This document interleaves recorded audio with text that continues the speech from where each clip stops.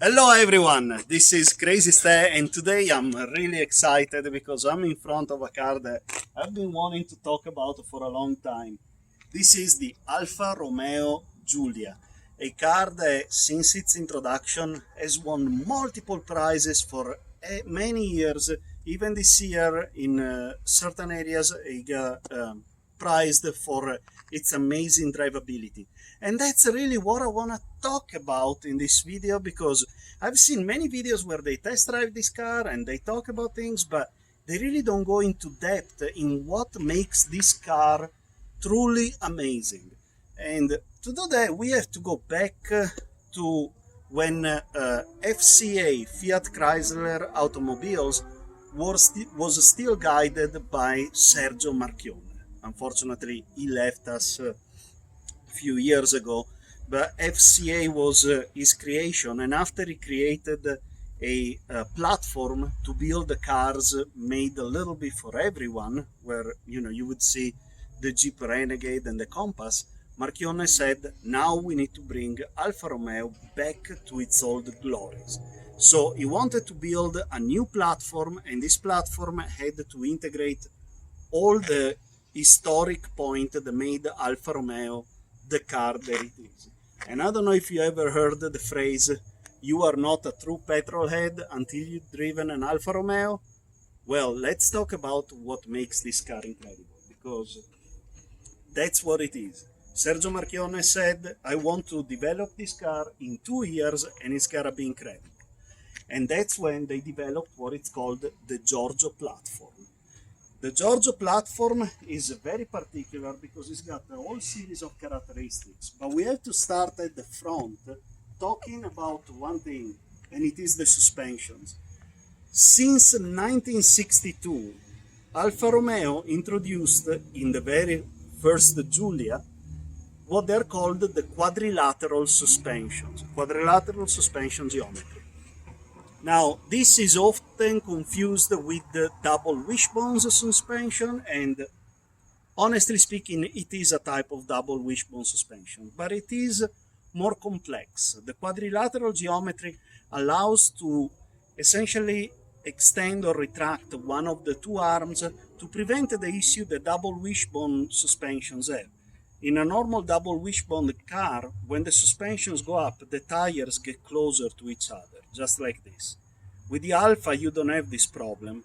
They move almost vertically, and they move while staying vertical, whereas on a normal suspension type, the tires, they will change the camber angle as they go up and down. With the Alfa, this doesn't happen. Your tire, it's always vertical, and it sits flat on the ground.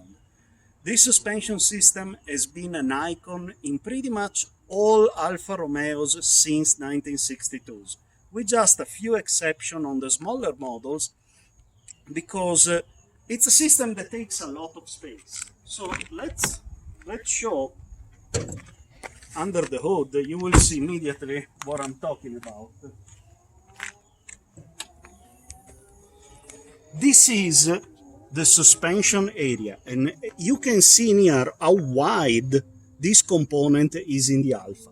Even here you can really see it takes a lot of space. Normally you would have the strut mount just here and that would be it. Now with the Alfa, the quadrilateral suspension requires some space. So they were able to fit on the car that I owned when I lived in Italy. I had an Alfa Romeo 147, which was a compact hatchback, and he had these suspensions, and man, I loved how he handled. But on smaller cars than that, they had to give up these suspensions because literally you don't have more space to fit the model. To make sure that the car has the rigidity necessary, they even added strut reinforcements in here. You can see the bars here. Essentially, this car comes with a stock strut bar from the factory, although it's a two-piece strut bar, but essentially that's what it is. Combined with this suspension system, this car really carves through corner like no car has ever done, and you can only do it with an Alfa. I've tried several Alfas. The Giulia is the latest one, but any Alfa that I tried with this suspension system, it's a new feeling. But let's keep talking about the platform that it's under, because that's really the big secret of why the ALFA Giulia is so incredible. And continuing from the front suspension, we go down to the steering.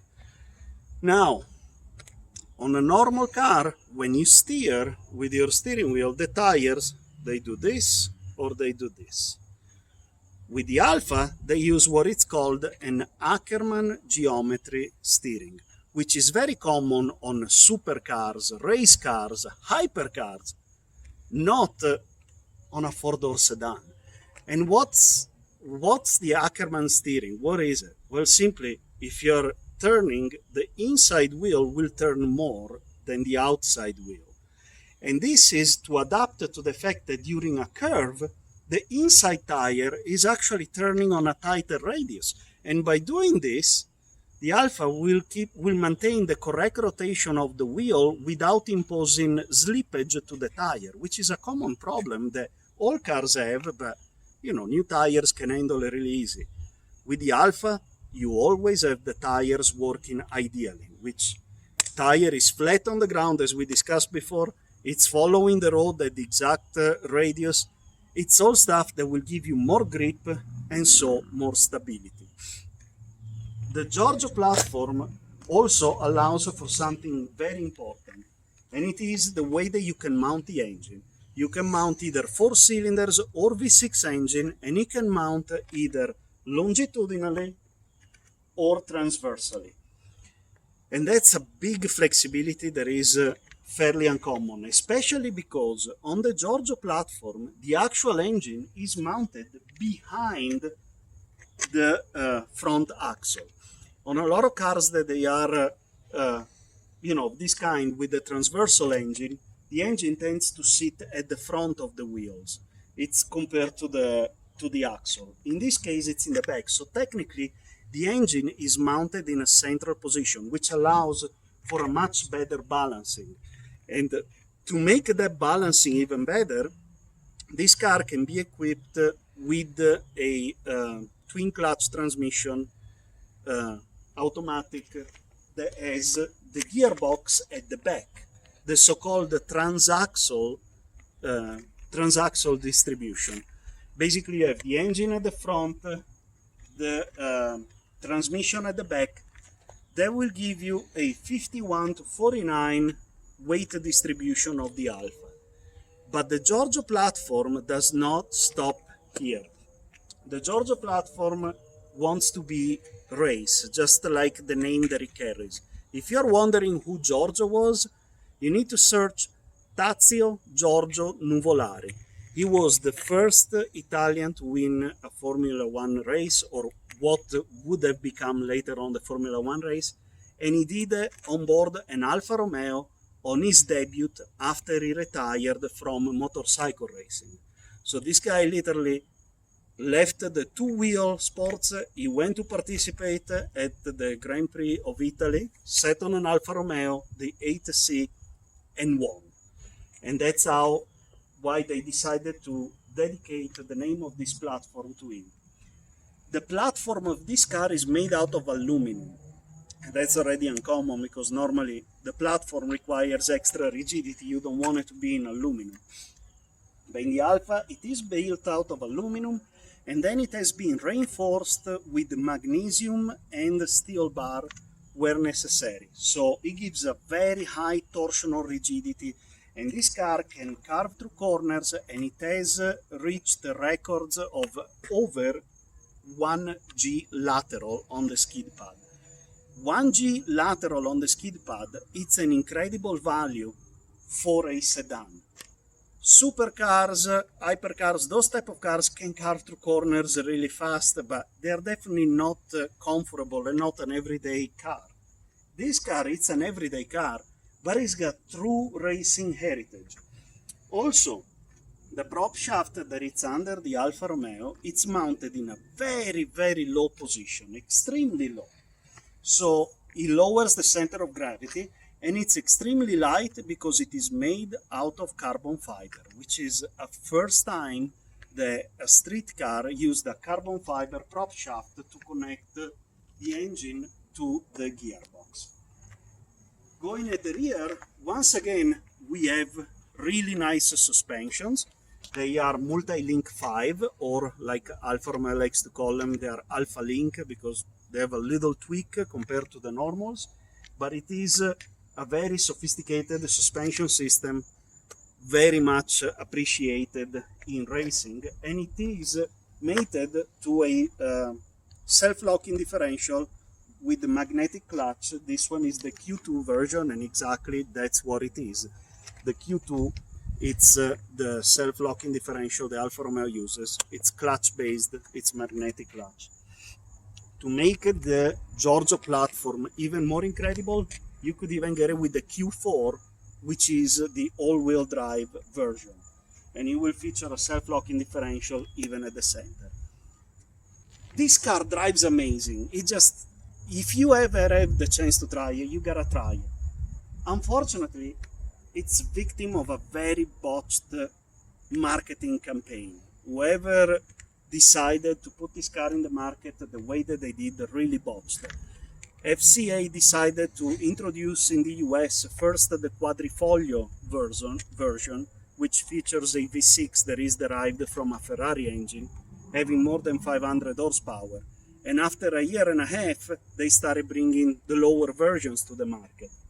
The issue that happened is that by then, people had reached the 30,000 miles mark, and the Ferrari engine at 30,000 miles mark requires a pretty hefty service that it's very expensive and started angering a lot of people. And soon Alfa started bringing back its old ugly memories of how expensive they are to maintain. There is no doubt that these suspensions back and forth, they are very delicate. I personally lived through it when I bought my first Alfa, the 147. I had it for 2 weeks and I just hit one of those it's not a pothole, but that's a drainage hole on the street. And as I was driving, I felt a throop, and I found myself with the steering holding about 45 degrees sideways to go straight. And I had to take it to the dealership, and they fixed under warranty, rebalanced the Ackerman steering that we were talking before. So this car, it's as incredible as it can be delicate.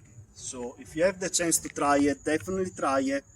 Be delicate with it. Have a lot of fun, but this car deserves so much more than what it's about to get. In the next 2 years, they are gonna retire the Giorgio platform because when FCA was acquired by PSA with the French group PSA, and they formed what it's called the Stellantis. The CEO of Stellantis, which was formerly the CEO of PSA, went to visit the factory where they built this platform, and his statement was, and I'll quote, "Everybody likes blondes, but then they marry brunettes." And he was referring to the fact that all the goodies that there are in this car for driving and sensations, they are not what unfortunately new drivers tend to look for. And with the advent of electrical cars, having the prop shaft and all the components mounted so low on the platform does not give space to put batteries. So for that reason, this platform will be retired in 2026, giving it a very short life of just 9 years, when initially it was engineered to be the platform for the next 25 years. Very sad, so time is short, make sure you try it. You have to try an Alfa Romeo, it's just unique. I hope you enjoyed what I explained, and see you next time. Ciao!